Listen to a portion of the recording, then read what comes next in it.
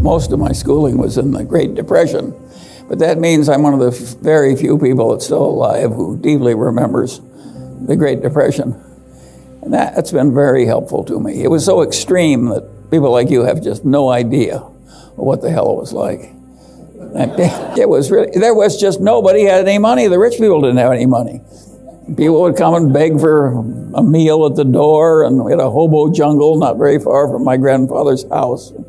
And I was safer in that hobo jungle in the depths of the 30s when people were starving practically than I am walking around my own neighborhood now in Los Angeles at night. The world has changed on that.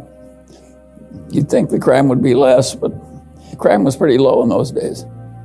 So anyway, I had a very unusual bunch of experience to go through civilization in various phases, including the greatest recession. Well, I say it's one of the greatest recessions in 600 years in the English-speaking world. It was really something, and it was very interesting to watch, and also to watch it fixed. It was fixed by the accidental Keynesianism of World War II. Very interesting. And Hitler had fixed the Great Depression in Germany by the deliberate Keynesianism, but he wasn't doing it to stimulate the economy. He wanted to get even with all the people he hated, but he borrowed all this money and created all these armaments. And Hitler's Germany by 1939 was the strongest economic power in Europe, and nobody else was close. And you wouldn't understand that as well as I do if you hadn't lived through it. You just could see the place gaining traction. More and more and more and more, and pretty soon it was fixed. And in those days, there were all kinds of people, most of my family, for they believed in hard money based on gold and not much welfare and so on and so on, so that I was raised among fairly backward people by modern standards. But they were backward in kind of a self-reliant way that I think was helpful. I've never regretted that I wasn't raised in a more liberal establishment. I had a liberal aunt. She was my mother's cousin, but she was the second lady dean at the University of Chicago. And she'd done her thesis on the conditions in the coal mines. And of course she was a screaming leftist. I would be a screaming leftist if I observed the way the coal miners of yesteryear were treated. You couldn't be a human being with any decency in you without feeling that it was deeply improper to have the misery that great and have it manipulated for the benefit of the mine owners and so forth. But she sent me all these left-wing books, one every Christmas, and I always thought she was a little nuts. Which shows that if sometimes the very vivid extreme evidence misleads you on the deeper reality, you've got to be a guard on that, against that all your life. In fact, the whole trick in life is to get so that your own brain doesn't mislead you. And I have found that just a lifelong fun game. And I can't remember a time I wasn't doing it. I was not a prodigy or anything like that, but I was a prodigy in having adult interests. I was interested in what worked and what didn't and why. And I could see that very eminent people that I loved and revered were nuts in some ways, and I would decide, well, I certainly like Dr. Davis, but he's a little nutty in one way, and I'm not going to be like that. And so I was very judgmental, and I think that helped me. And also helped me that I kept changing my judgments as I learned more and more facts came in. And that created lifelong habits that were very, very useful. Another thing that I think really helped me is, particularly on my father's side of the family, my paternal grandfather was the only federal judge in Lincoln, Nebraska, the capital city of Nebraska.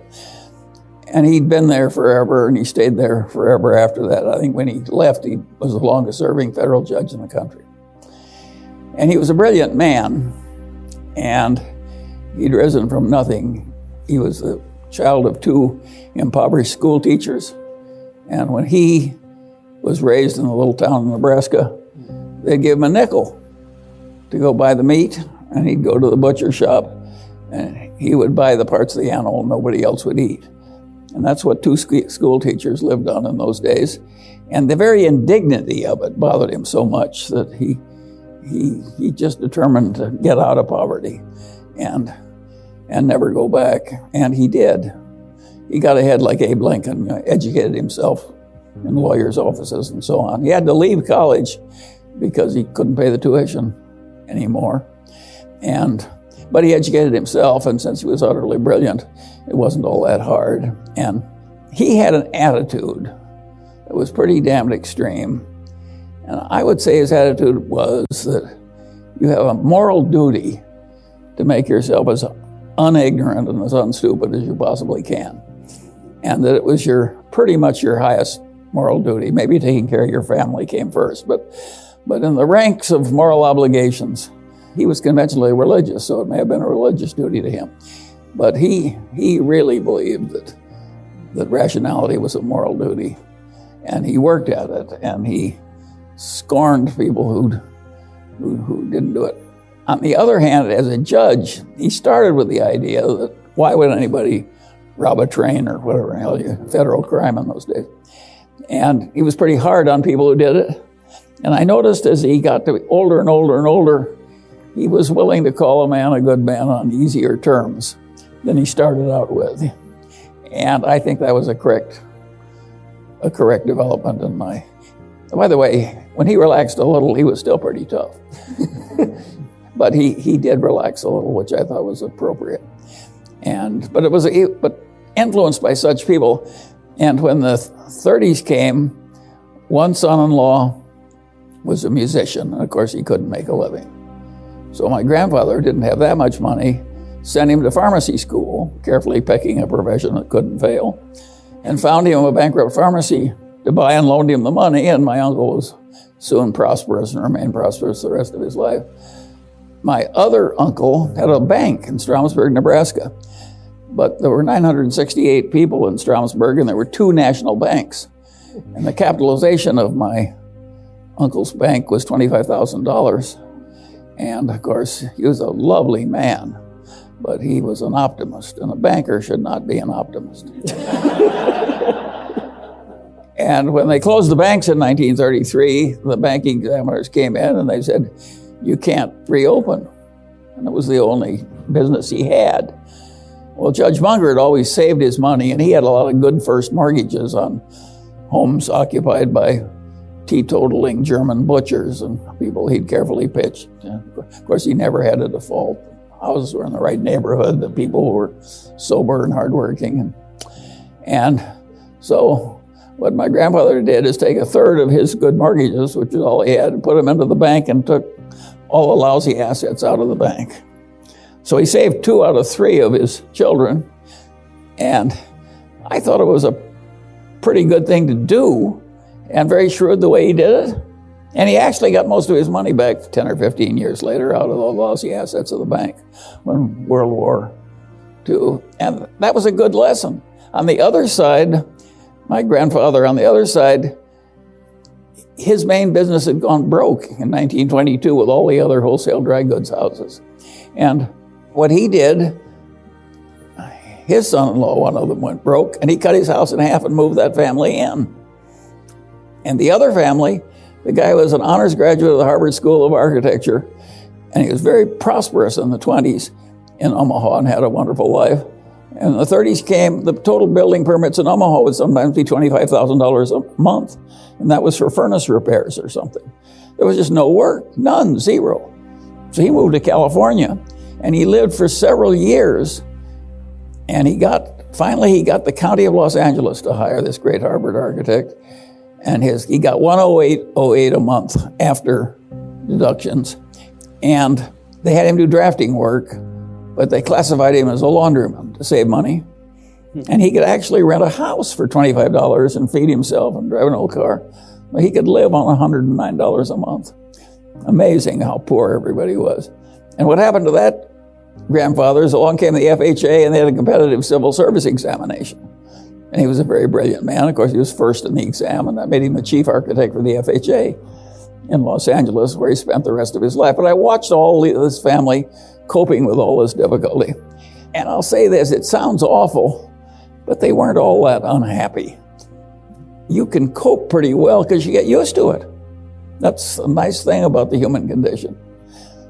I mean, you get to be my age, you got a lot of horrible things to get used to.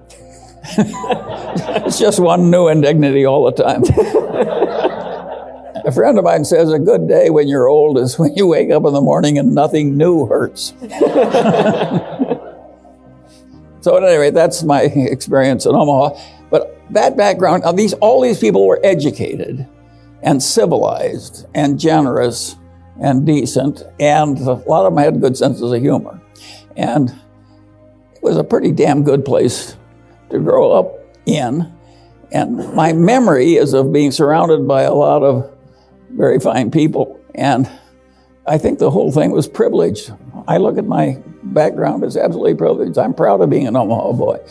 I sometimes use the old saying, they got the boy out of Omaha, but they never got Omaha out of the boy. And so that, all those old-fashioned values, family comes first, be in a position so you can help others when troubles come, prudent, sensible, moral duty to be reasonable, more important than anything else, more important than being rich, more important than being important. An absolute moral duty, because none of my intelligent relatives suffered terribly because they didn't advance higher. Right. Yeah, I mean, one of the things I'm fascinated by is, this was in the 20s and 30s, and the level of detail that you recall about their experiences and how that's shaping your experiences now. Well, I'm trying to give people a flavor of something that nobody else can remember. Yeah, you're a student of the people that you're experiencing. So you grow up in Omaha, Nebraska. You find yourself in Ann Arbor, Michigan. How does that happen? Very simple. I wanted to go to Stanford. And my father said to me, Charlie, I was the only son, two sisters. He says, I've got two daughters to educate right after you. I don't have unlimited money. He says, I will send you to Stanford if it really means a great deal to you. But I'd rather you pick a university in the Midwest much better than mine, which was the University of Nebraska. And that was obviously going to be Michigan. And what was I going to say? Well, screw you, send me to Stanford. Well, I didn't say that. I went to Michigan. I have never regretted that at all. When I was young, I could get an A in any mathematics course without doing any work at all. And so I always took math because it meant that I could literally, I never did any problem sets, I just did the math. And I should not get credit as some budding mathematician. I was choosing what for me was the easiest way to think about what I wanted to do instead of what somebody else wanted me to do. Well, come to find out, it ended up being a subject that has, I think, paid some dividends. Oh, hugely. Yeah. But this will interest you in this world where people have all these algorithms and computer science and fancy math and so forth. Neither Warren or I have ever used any fancy math in business, and neither did Ben Graham, who taught Warren. Everything I've ever done in business could be done with the simplest algebra and geometry and addition, multiplication, and so forth. I never used calculus for any practical work in my whole damn life. And I was a perfect whiz at it when they taught it to me. And by the way, since I never touched calculus, not one after I was 19 years old, I've lost it. The symbols would mystify me. But I think you'll find that if you really know the basic stuff, it's enormously useful, and only a very few people are ever going to need any calculus. So you study math at Michigan, then the war comes calling. Yes. You move to California, and you study meteorology. Well, that was because I was too dumb to do what I should have done. With my background, I should have gone to the Naval ROTC, because I hated infantry ROTC, which I'd done 4 years of in high school, rising to be second lieutenant, which is a very low rank. And of course, I was about 5'2". I got my growth late, and so I was not your ideal of a manly soldier in high school. So when you went to Harvard Law, why law? Well, my grandfather and father had been lawyers, and I knew I didn't want to do everything else. It's very simple. I didn't want to be a doctor. I didn't want all the blood and misery and so forth, and the repetitive work. I knew I didn't want to go to the bottom of a big organization and crawl my way up. I'm a natural contrarian. That was not going to work for me. And I found that people could tell me when I thought they were idiots. And that is not a way to rise in a big organization. And so I couldn't do that. And so now I'm left with law, and I admired my father and grandfather, and a good life for them. So I naturally drifted into it. I think people are still going to law school for that reason. It's the least bad of options considering their interests and ability. I guess now people go to business school, some of them who in my day would have gone to law school. So and you have many of the people in this room I think are going to go to business school the least bad of their options. And all I can say is that that's the way it worked for me, and it'll probably work out for you too. And it worked out okay. It worked out okay. So I had to leave the profession. Well, it was a dumb profession for me to choose. So that's actually what I want to ask. So you moved to California, you actually start a law firm, and then practice law for some period of time. I had no alternative. And then you actually... I had an army of children almost immediately. I painted myself in quite a corner. Yeah. So zero choice is pretty powerful. Yes, for sure. Yes, of course. So you practice law, and then you leave law in the firm that you helped found and move over to investments. Well, but that sounds miraculous. In fact, it was rather interesting. I probably got paid about $350,000 in my first 13 years of law practice total. And I had an army of children and no capital to start with. And when I chose this alternative career, I had over $300,000 in liquid instruments. And that was 10 years of living expenses. So I was not a courageous, venturesome, admirable man. I was a cautious little squirrel, saving up more nuts than I really needed and not going very deep into my pile of nuts. And so it wasn't that courageous, and I kept one foot in the law firm while I tried my capitalist career. But as soon as the capitalist career succeeded, I intended to lift that second foot because I recognized that the potential of law practice, as I saw it then, I didn't anticipate the boom that came to the big firms. I just saw it as being more difficult, and I wanted more independence than I was going to have as a lawyer.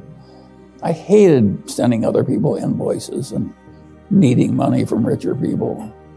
I thought it was undignified. I wanted my own money.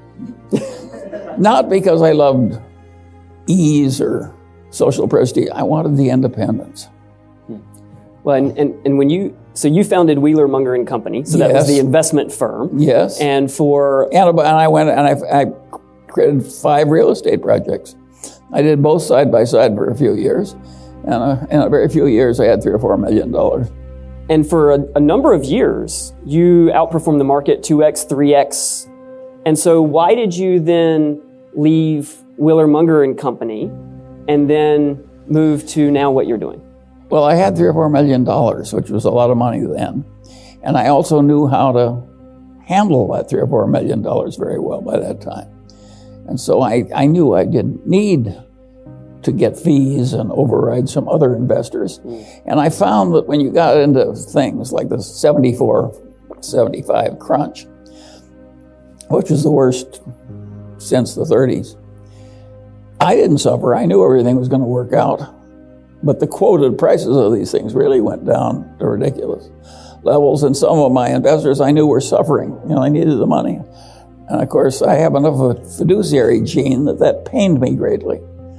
And so I said, well, it's like my grandfather, once they asked him how he felt when my aunt divorced my uncle, and he said, I feel just the way I did when they lanced my carbuncle.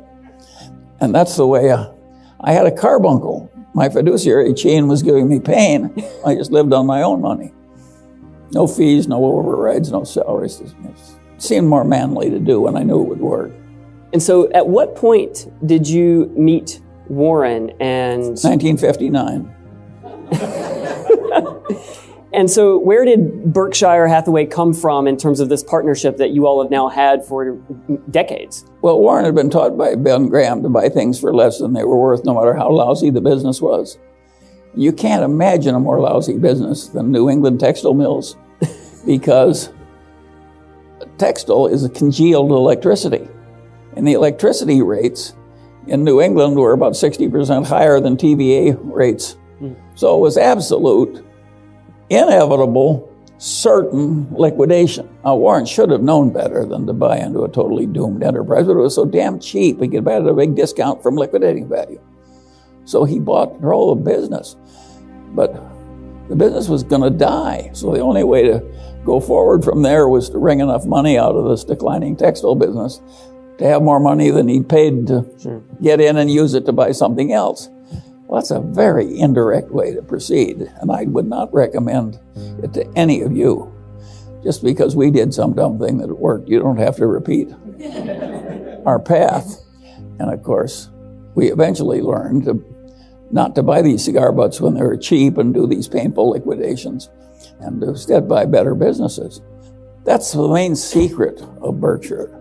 The reason that Berkshire has been successful as a big conglomerate, more successful than any other big conglomerate, so far as I know, any other big conglomerate in the world.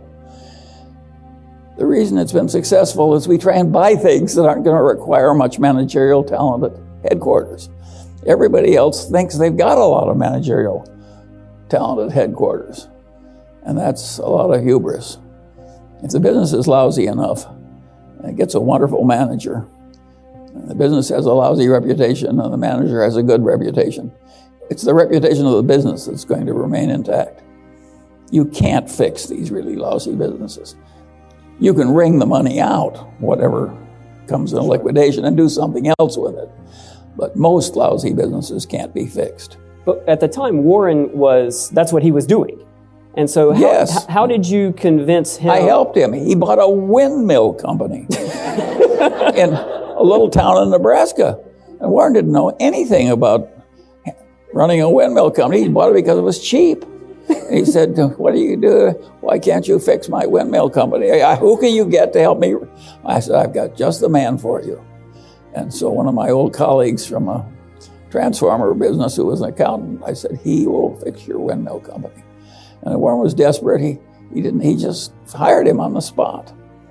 And Harry walked in the first day in this little town, this big collection of windmills and so forth.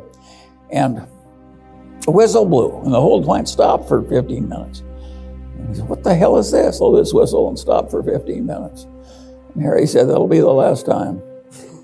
And he just approached everything that way. And of course, another thing he did is he cut away all the fat that he didn't need, and then he found there were certain parts where we were the sole supply, and he raised all the price of those parts. You can see what a business genius we are. So how did you convince Warren to stop buying the bad apples and start buying the good apples? I think Warren, he gives me credit for that. He was going to learn it anyway. He just made so much money in this other stuff, and he'd been taught it by Ben Graham. Sure. It was hard for him to quit when he was just coining money.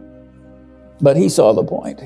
And, well, you couldn't scale that business. And it was kind of scrounchy and unpleasant, and you're firing people. Who in the hell wants to do that? So we just wrung the money out and bought better businesses. And we've been doing it ever since.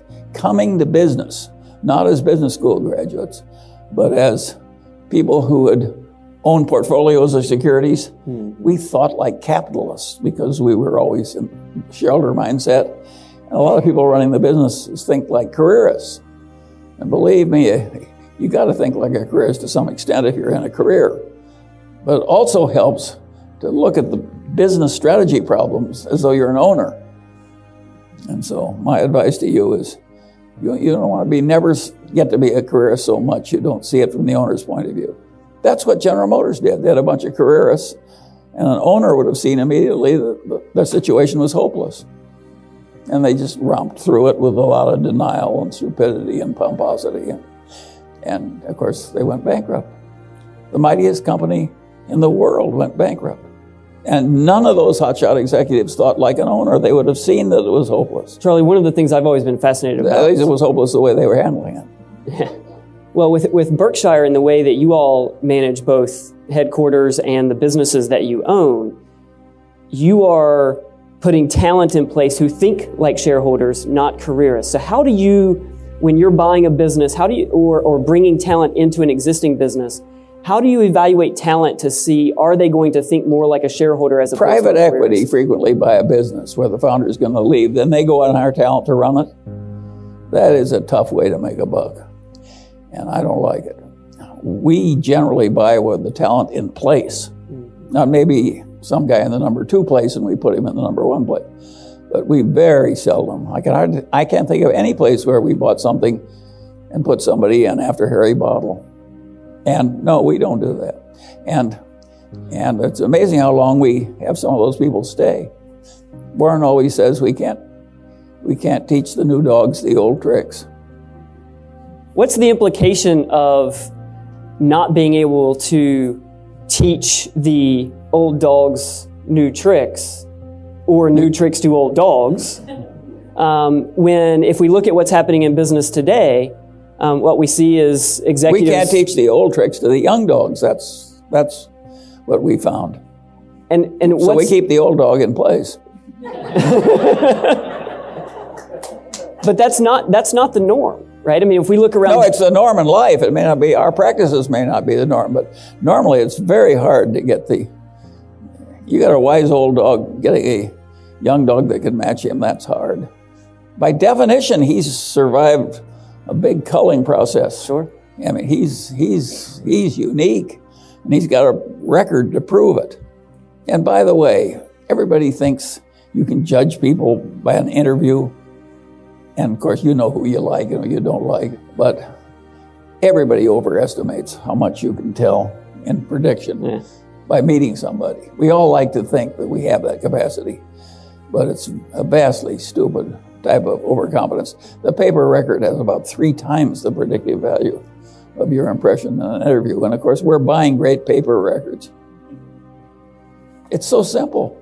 Well, it's fascinating to me, if we look around business generally, the movement of people across firms, and there's always new dogs. And you've taken a contrarian position to that and managed Berkshire differently. Well, it isn't like we're still hiring young dogs into these businesses, but it's amazing how much of the record of Berkshire has come from the old dogs who are in the business when we buy them. You can't believe how good those people have been. There's one huge exception in the new dog department. I almost despise the business of executive search because I find that they really want to sell you the best that's available, even if it's no damn good. And I don't like that. But the best single expense that Berkshire ever had is we paid an executive recruiting firm to find us Ajit Jain to come into our little tiny insurance operation. He didn't have any experience in insurance at all. He was an honors graduate of the main technical institute of India. He was a very smart man. But he came in and created our whole it's the only big business we created from scratch. And Ajit did the whole damn thing. Of course, he talked with Warren every night. And so it was like father and son. Remember, this is a very Confucian company. But that was unbelievable. So we hired an executive recruiter. He brings us an Indian that has no experience at all in insurance. He talks with an old man every night. And it's now by far the biggest reinsurance business in the world. And it's been a gold mine. There's at least $60 billion in Berkshire of net worth that Ajit has created that we would not have created without him. Wow. And the value is way more than $60 billion. I mean, there's that much in extra just liquid net worth, but the value of the business is way more than $60 billion. So Charlie, I'm going to turn to a few questions from the audience as we start to wrap up. Probably half my questions here are about Bitcoin and cryptocurrency. Well, I can answer those very quickly. I think it's perfectly asinine to even pause to think about them. You know, it's one thing to think that gold has some marvelous store of value because man has no way of inventing more gold or getting it very easily. So it has the advantage of rarity. Believe me, man is capable of somehow creating more Bitcoin. They tell you they're not going to do it. They mean they're not going to do it unless they want to. That's what they mean when they say they're not going to do it. Yeah. If they tell you there are rules and they can't do it, don't believe them. When there's enough incentive, bad things will happen. It's bad people, crazy bubble, bad idea, luring people into the concept of easy wealth without much insider work. That's the last thing on earth you should think about. If it worked, it would be bad for you because try and do it again. It's totally insane.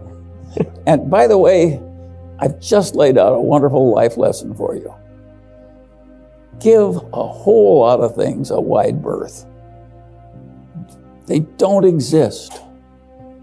You know, crooks, crazies, egomaniacs, people full of resentment, people full of self-pity, people who feel like victims. There's a whole lot of things that aren't going to work for you.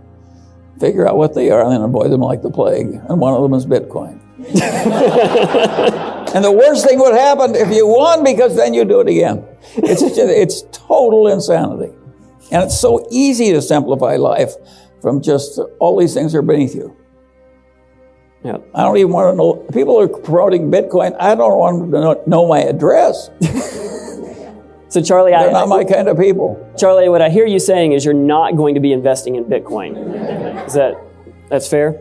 I think you're fair. So let me move to a similarly maybe controversial topic. I don't know if you read the news recently, but there's a lot of tax policy conversation going on, both here in California and nationally as well. What's your thought on where this ends up in terms of the tax policy? I think we will get a tax bill.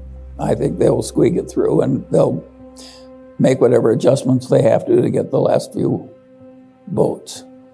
I don't think it's a bit crazy to give this extra $2,000 a year to all those people who make $70,000 a year and have a lot of children. That strikes me as it's good politics and probably good policy. I also do not think it is crazy to reduce the corporate income tax on the C corporation.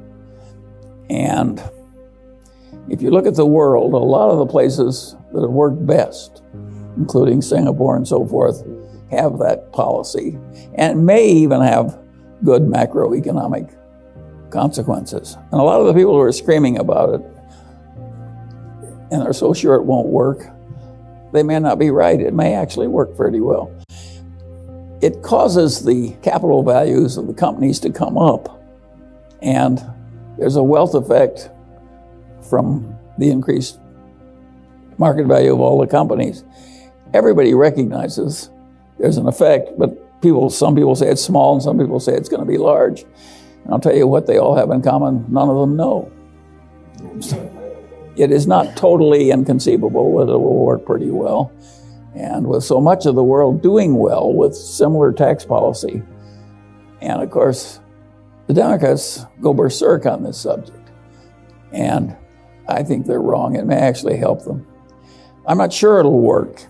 It may not, but it's not totally crazy. Well, it reminds me of a piece of advice that you've offered and given to me, which is, people often have a point of view, and the danger in having that point of view is you start to assume with certainty that you're right. Absolutely. Totally crazy. And I think what your point of view is you need to have a point of view. Here's a very important subject I've been thinking about all my life. You asked for my opinion. Yes. I don't really know how well it's going to work. I don't think anybody else does either. I think it'll work to some extent, but how much, I don't know. Is it unfair? Well, the corporations are by and large owned by a bunch of charitable endowments and by a bunch of pension plans. And the whole world is going into a world where they're trying to have the business interests of the company support their huge pension obligations that get bigger all the time. China is trying to do exactly what the Republicans are. China wants to have the main businesses in China owned more by the pension plans and the stocks to do well. I don't think China's crazy to have that. I don't think the Republicans are crazy either. It could work pretty well. And it's not just some evil thing that people are cooking up. It's a disagreement between people. And both sides who have violent hatreds and contempt for the other side, they're wrong. It's disagreement on policy that ought to be civilized. When I see Congress on my television set and the degree of hatred they have, utter contempt, I mean, really serious, way more than is usual. It's evil to hate that much. It's a mistake to hate that much. That much hatred will turn. It's always been true. As anger comes in, reason leaves. It's a truism.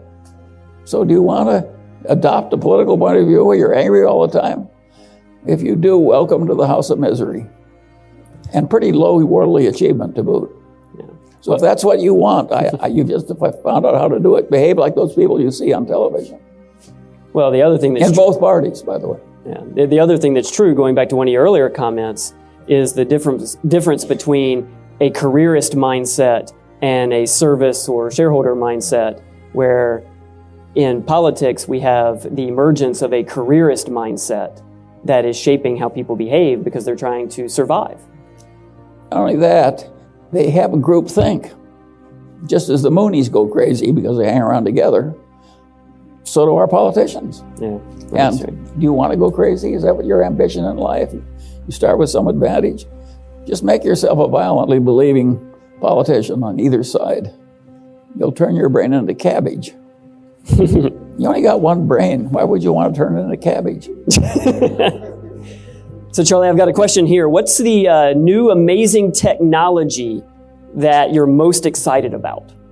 Well, I tend to get not to get very excited about. I think that technology changes the world, and that reminds me of a thing. If I ask you what was the worst single mistake in the work of Adam Smith, I know I'd get I don't see everybody, big eyes lighting up. The biggest mistake in the work of Adam Smith, he was totally right about markets and so on, and the advantages of trade, division of labor, and so forth. What he missed was how much the steady advance of technology would advance wealth and standards of living. He, in the 1700s, was living not too much differently from the way they lived in the Roman Empire, and he just missed it. And there, in fact, had been huge improvements in technology, but he just missed it. He wasn't very technically minded, and it was really stupid. And now I'll ask you a harder question. What was the worst mistake David Ricardo made? I'll bet the dean can't answer this question. I'm not going to ask you to try. I'll tell you the answer. David Ricardo he got the first order consequences of trade perfectly right.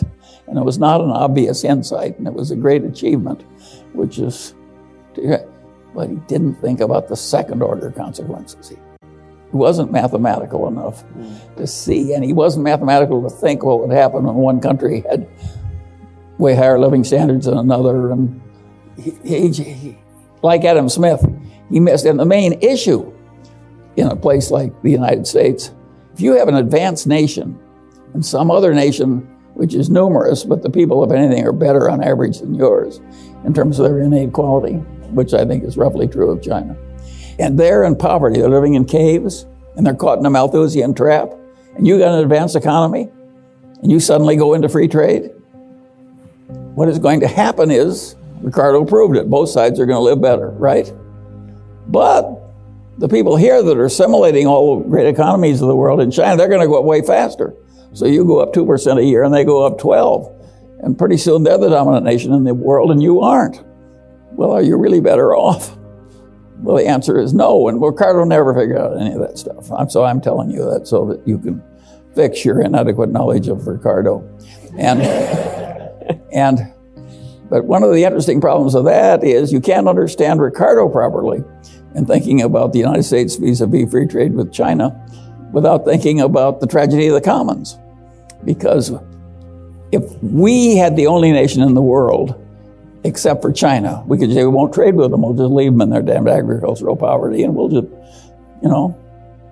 and we could probably have done that. But with the whole rest of the world we'll trade with, they're going to rise anyway. So we don't have any power to hold back the rise of China by not trading with them. So we had to do what we did. And once you do that, now they're going to be a greater power than we are. And the two of us are going to be big enough so we can accomplish pretty nearly anything we both want to do. So we have to be friendly with China. So you can imagine how I like Donald Trump complaining about the Chinese. It's really stupid. It's a compulsory friendship. You'd be out of your mind to do anything else. Why wouldn't you want to have an intimate, friendly relationship with the biggest other power in the whole damn world? Particularly when they got a bunch of atom bombs. It's just nutty. We have no alternative but to do this. And when that happens, you're going to get a certain amount of misery at the people who are competing with the Chinese as they rise from poverty, with trade and so forth.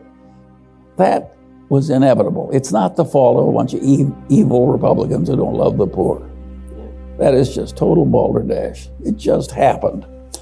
And we didn't have all these choices.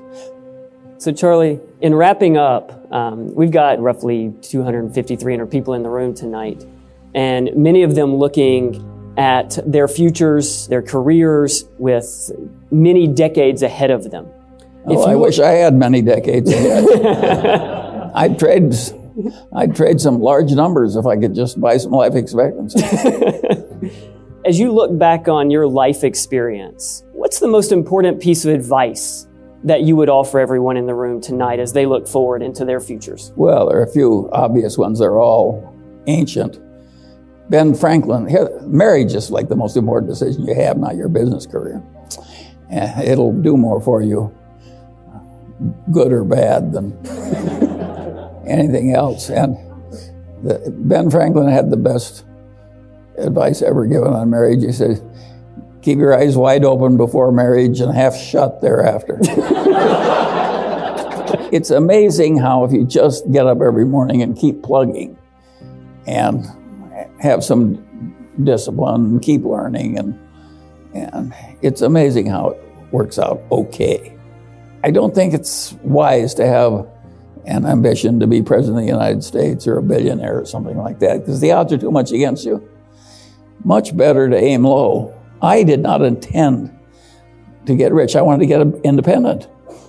I just overshot. And, and by the way, while you're clapping, some of the overshooting was accidental. You can be very deserving and very intelligent and very disciplined, but there's also a factor of luck that comes into this thing.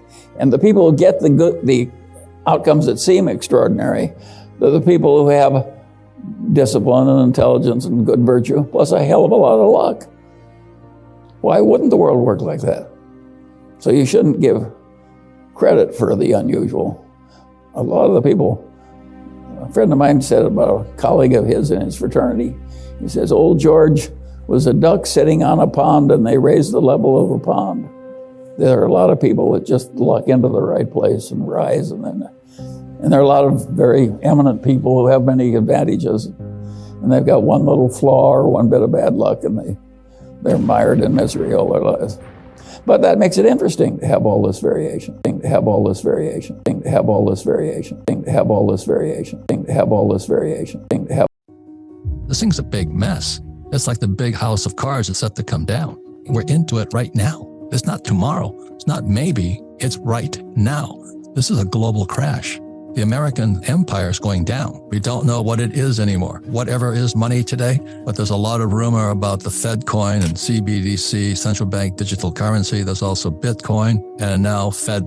So the question is, what is money and what does it mean? And anytime there's a big change, there's always the rumor goes up and speculation and panic and all this. And it's for good reason. Throughout history, who controls the money controls the world. And since 1944, America has controlled the money, with the US dollar being the reserve currency of the world, which caused America to boom, but it also caused many problems. And when we lose our reserve currency status, which started in 1944, people were just blown away with the inversion of yield curves, because yield curves are like reading the tea leaves. You can tell what's coming next. So our guest today is George Gammon. What does it mean to the average mom and pop out there? What's going to happen? Well, I think the first thing people need to realize, just going back to what you're saying about Bretton Woods, the United States was then in control of the money. To a certain degree, that's true. But now I would argue it's more so the banks. The banks control the money.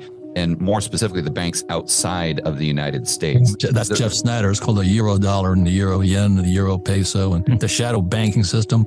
He calls them the banksters. Yeah, that's a good term. But the reason I start with that is so people realize that 95% of the dollars in the world were created by lending them into existence. So most people have this idea that dollars are just kind of a green piece of paper, and you take your green pieces of paper that you digitally get with your paycheck and deposit it at the bank, and then the bank kind of puts that in a vault and stores it for you until you need it. But what they need to understand is 95% of those dollars were not green pieces of paper. They were lent into existence by a bank extending credit.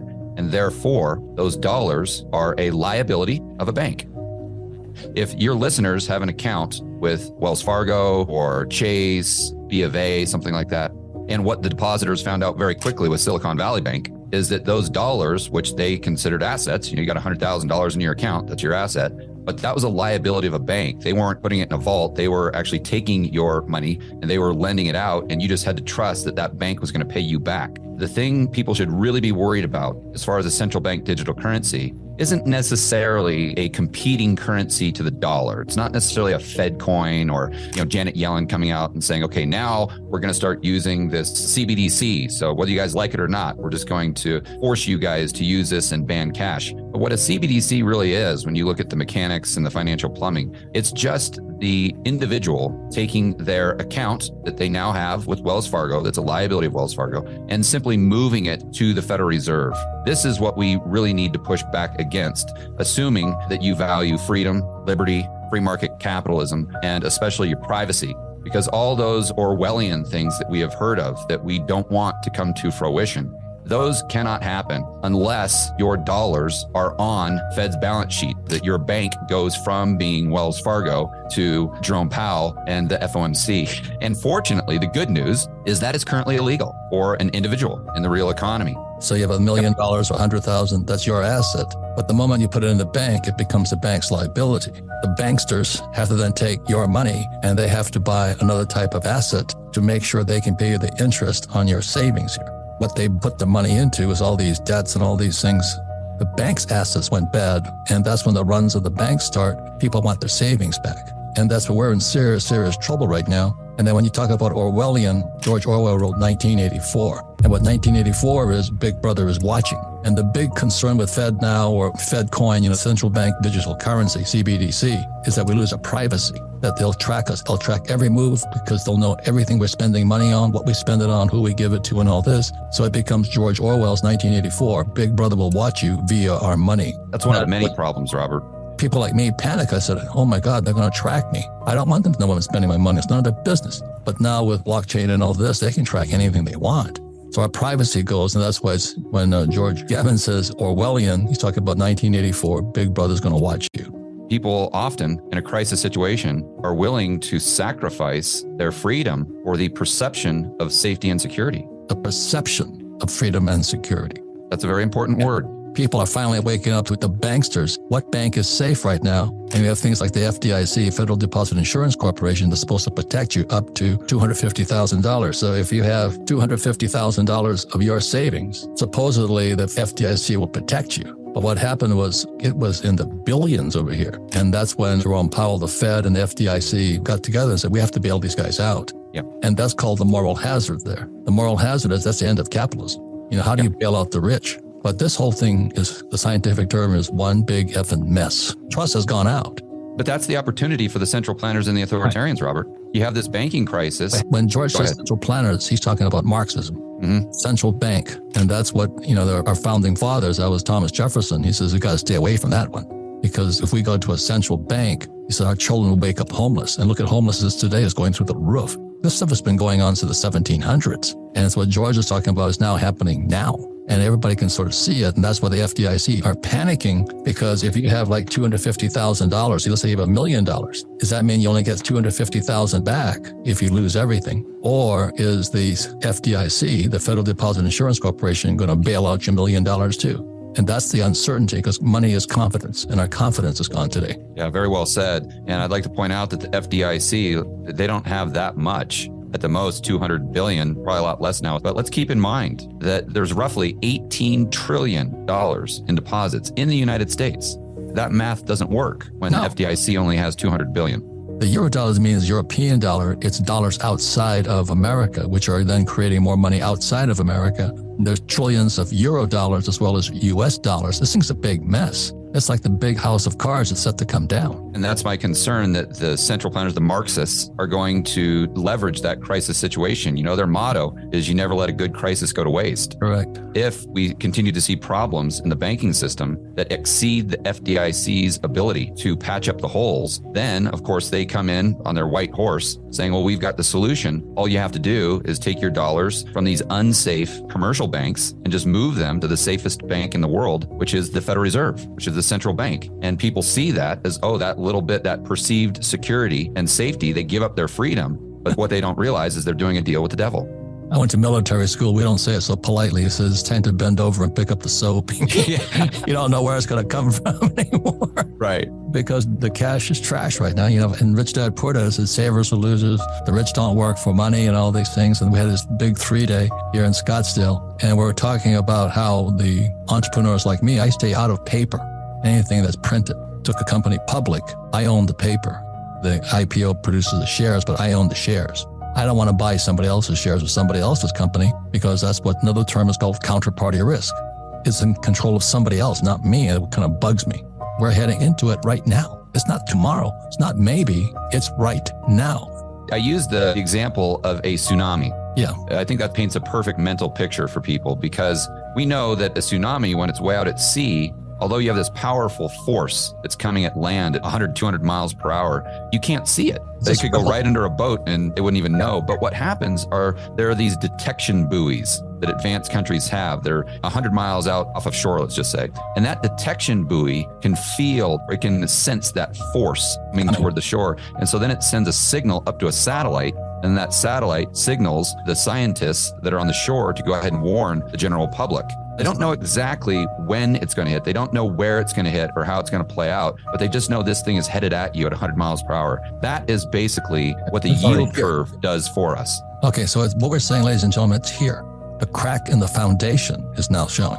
Crack is shown in how fake this whole system is, this whole monetary system that just creates money out of nothing. And when America started paying its bills just by creating money out of nothing, it's going to come back. And right now, the BRICS nations, Brazil, Russia, India, China, South Africa, Saudi Arabia, Mexico, Japan, possibly New Zealand and Australia, the American empire is going down. And that means the dollar is possibly going down. We're here right now. You know, all these real estate investment trusts, it's just foolish to me. I won't touch that stuff because it's all fake. So you save money and you put it in the bank. Your money is your asset, but it becomes the bank's liability. And what happened was when the banks have to buy something, the banksters, they have to buy something to cover the interest they're paying you here. And so they bought all these T-bills and this and that and all this crap. And then all of a sudden people realized the bank couldn't cover it all. And that's when those savers start running back to the bank, give me my savings back. And that was what the FDIC, Federal Deposit Insurance Corporation, was for, to make sure that they would give you money back. But these banks had created so many fake assets out here, they couldn't cover it. And so that's when Janet Yellen, who's head of the Treasury, also she used to be head of the Fed. And the Fed says, we'll guarantee all these loans. In other words, the Federal Reserve Bank, which is not really a bank, and the U.S. Treasury says, we'll back up anybody right now. The crack in the foundation has been seen, and they're trying to fill that crack up. That's a really frightening time, but the average person is completely clueless because they can't see this. What we can see is the 2-year Treasury yield is higher than the 10-year. So just right off the bat, if I ask you, Robert, if you're going to lend someone money for 30 years, are you going to charge them a higher or lower interest rate than if you lend them money for 3 weeks? Well, the answer is going to be a lot higher interest rate because there's a lot more risk. For the longer term. That's right. So when we see the short-term interest rates higher than the long-term interest rates, that's the economic tsunami warning signal saying, hey, something is really, really wrong. And most likely, we're going to have a significant recession or depression in the near future. Now, what does that mean? How do you time this? Well, what we've seen going all the way back to 1950. It's already hit. That was Silicon Valley Bank and Deutsche Bank and Credit Suisse. It's already hit. Yeah, this is just the first cracks that you see in the system, but the dam hasn't yet broken. Correct. And so that's what the yield curve is telling us. So when the dam breaks, how do we time that? How do we know when that's going to happen, assuming that Silicon Valley Bank is just the first crack? Suisse went down, Deutsche Bank and the Bank of Japan's next. This is a global crash. Yeah, you don't know which bank is next, but the whole global economy is very vulnerable. And this is what that yield curve is telling us. So what people really need to be cognizant of is when the 2-year yield goes back down below the 10-year, because when the yield curve is no longer inverted, that's when we usually get the recession or economic depression. So right now, what the smart money is telling us through that curve is that we're most likely going to have that after the summer or going into the fall. Yeah, this is historically. People say, oh, good, the 2-year went down below the 10-year. And everybody thinks that's good news. But that's the re-inversion and all this stuff. But it's not good news for the average person. That means that the tsunami is not 100 miles away. That means that the tsunami is 100 feet away. You know, I went to school to be a merchant seaman, so I traveled the oceans. And these swells don't bother the ship. You know, I went through several tsunamis and all this stuff at sea over the years I was out there. It didn't bother the ship, but when it hit land, boom. So now, as prudent investors, or just the average Joe and Jane trying to protect your financial security, you need to ask yourself, okay, what is the financial tsunami warning system telling me, or what other signals or warning red flags can I extract from it? Well, the next thing that you need to look for is the curve no longer being inverted, which would mean the 2-year Treasury yield going back down below the 10-year. Because if you go back to 1950, you see that 9 times out of 10, that tsunami, that financial economic tsunami, hits the shore after the curve is no longer inverted. That's what people really need to focus on now.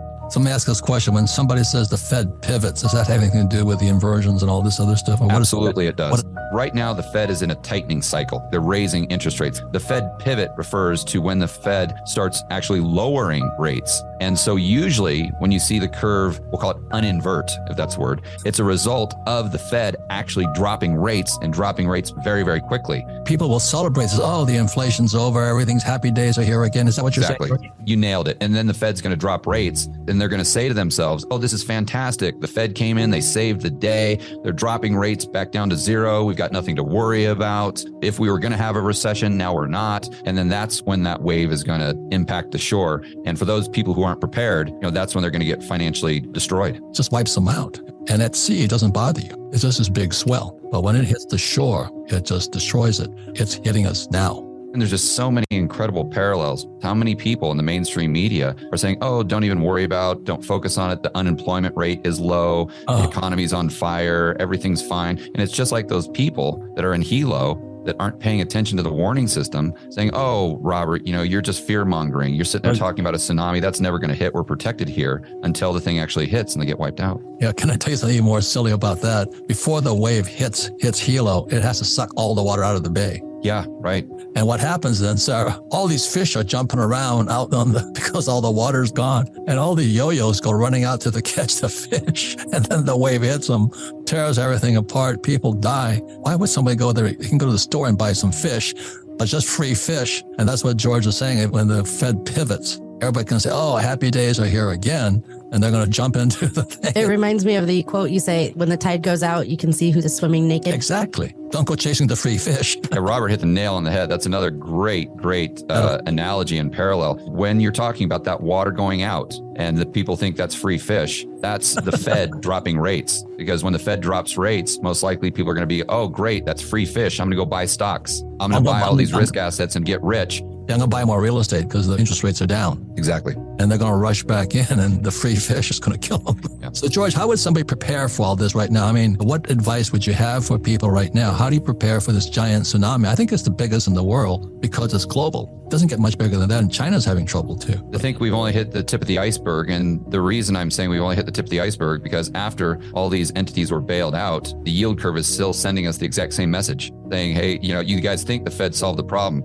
but they didn't even understand the problem. So getting back to your original question, though, I can just tell people what I'm doing with my personal portfolio. And I'm not all in cash, but I have the biggest cash position that I've ever had. And I make sure that I've got, 10% gold, physical gold. With the cash position, I'm currently in short term. It's very, very key. Short-term treasuries. Just 1 month, 3 month, very short-term treasuries, because those are a liability of the government. They're not a liability of a bank. And if you're worried about the banking system, that's that counterparty risk that I'm trying to avoid.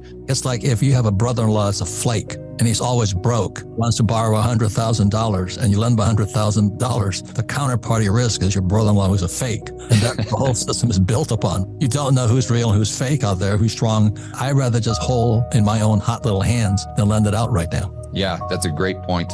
And the key here for people to understand, and the good news is that for those who are paying attention, we have this warning system. And so they can just go ahead and take the advice. They can head for the hills. And then, after it hits, they can be in a good position to go back to the town and buy a lot of that oceanfront property, that real estate at a very, very low price. Don't chase the fish. Just don't chase the fish. Make sure you're up in the hills. That's right. So that's what I'm doing with my portfolio. It's not all in cash, but I have the largest cash position in T-bills and gold. And I'm just waiting for the Fed to start dropping rates, not so I can buy, but I know that that's really when I need to get ready with my watch list, because I'm going to try to do my best to take advantage of the opportunity that this crisis will present. And the good news is that the larger the crisis, the larger the opportunity. There's one more thing I want to say. There was the Banda Aceh in Indonesia, that biggest tsunami hit out there. The thing that was funny was that the humans were running out to catch the fish and the animals in town were heading for the hills. Yeah. I thought, I study all this stuff. I shouldn't laugh, but it's a human comedy. And the reason I say that is what people do in the investment world. They wait for something to be expensive. Oh, the price of gold is going up. Always just wait a little bit. It goes up and up and up. Well, the price of real estate is going up, but they wait until the price is high and then they jump in. I hear that, should I jump in now? I said, no, you should have been jumped in a long time ago. Yeah, they usually wait till the exact wrong time. At the height worst of the time market. to buy. Yeah. Surfing all the time, they wait until the wave is breaking, then they take off and they get crushed. It happens all the time. So I own Bitcoin, but I waited for it to get to 20,000 and went down to 1,000, 3,000. And I watched it, wanted to make sure it was going to hang around. So I picked up 60 Bitcoin at 6,000. And, but I wanted to be low, and the average person waits till it's high. That's the difference. That's why I talk about the metaphor of the humans running down to the water to catch the free fish. Meanwhile, the animals were heading for the hills. Yeah. So right now, I'd be heading for the hills. I wouldn't be heading for the free fish. Exactly. And that's what the bond market is telling you to do. And that's what the bond market is telling you to do. And that's what the bond market is telling you.